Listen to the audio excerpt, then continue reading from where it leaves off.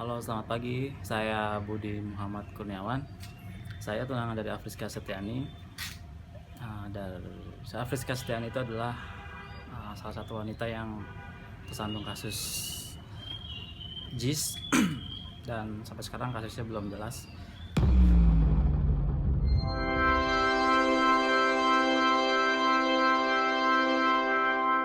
Ini adalah sebuah kisah cinta antara Budi dan Ica.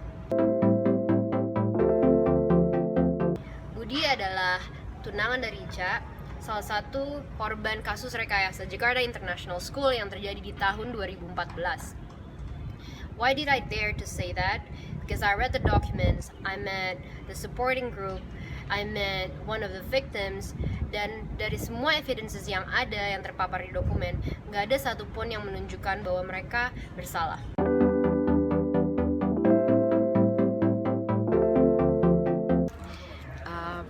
This is a love story karena Budi mau mengunjungin pacarnya yang ada di lapas.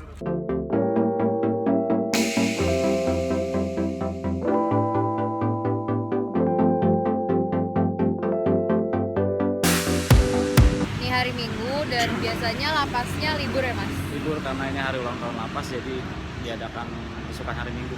Besokan hari Minggu, dan biasanya katanya kalau lagi libur kayak gini banyak orang yang bakalan ngebesuk keluarganya di sini. Banyak pasti. Tapi sayangnya kamera nggak mungkin masuk. Terus handphone juga nggak boleh masuk. Jadi kita hanya polos aja. Polos aja. Bawa KTP doang. Mas Budi bawain apa buat Ica? Bawain apa ya? Cuman bawain cemilan doang sih, makanan kering gitu. Makanan keringnya. Pesanan dia. Pesanan dia. Sama nasi pecel kesukaan dia. Di perjalanan pun gue bertanya how often dia mengunjungi Ica, karena it's pretty far to go to Semarang. And he said kalau ada rezeki 3 bulan sekali.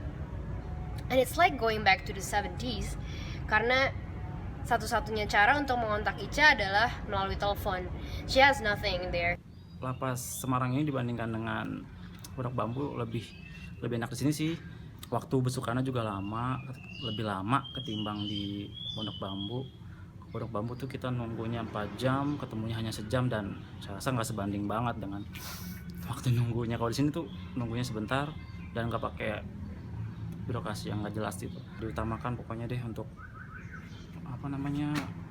nyenengin yang di dalam gitu, nggak kayak di Jakarta dipersulit apalah berat awal-awalnya kan karena jauh. Di Pondok Bambu sih karena dekat ya kan, jadi saya bisa setiap hari kunjungin dia, bisa sampai seminggu 3 kali. Tapi pas di lapas Semarang ini saya cuman bisa 3 bulan sekali atau 2 bulan sekali. Perasaan saya hari ini senang banget ya mau ketemu Ica. Gue pun bertanya pada saat bertemu Ica, what are the 4 keys to your relationship? Dan dia pun mengambil notebook gue dan menulis. Yang pertama adalah saling percaya. Yang kedua komunikasi. Yang ketiga adalah menguatkan satu sama lain. Dan yang keempat adalah jujur. Ini membuat gue bertanya lagi sih, what is it in your mind that keep you strong every day? Because I know it's very hard when you know that you're not guilty there. Ica pun terdiam dan teringat salah satu temannya, yaitu Azwar, yang meninggal, dan dia menangis. We went silent at that time, and I cannot help but asking her again, how do you feel towards the person that put you in jail? Ya saya sih dan Afriska nggak dendam dengan si ibu itu, tapi ya balasan pasti ada dari Allah. Itu aja pesan kami. Akhirnya dia menjawab, aku udah pasrahin aja dan udah memaafkan apa yang dilakukan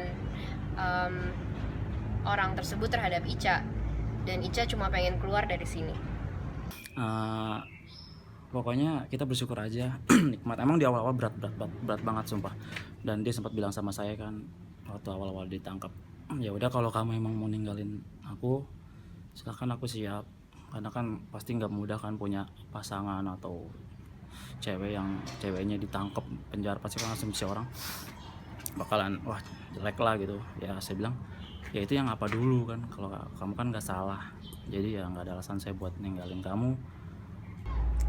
Keikhlasan Ica is something that I think we should praise, but this behavior, this characteristic also indicates that she has nothing.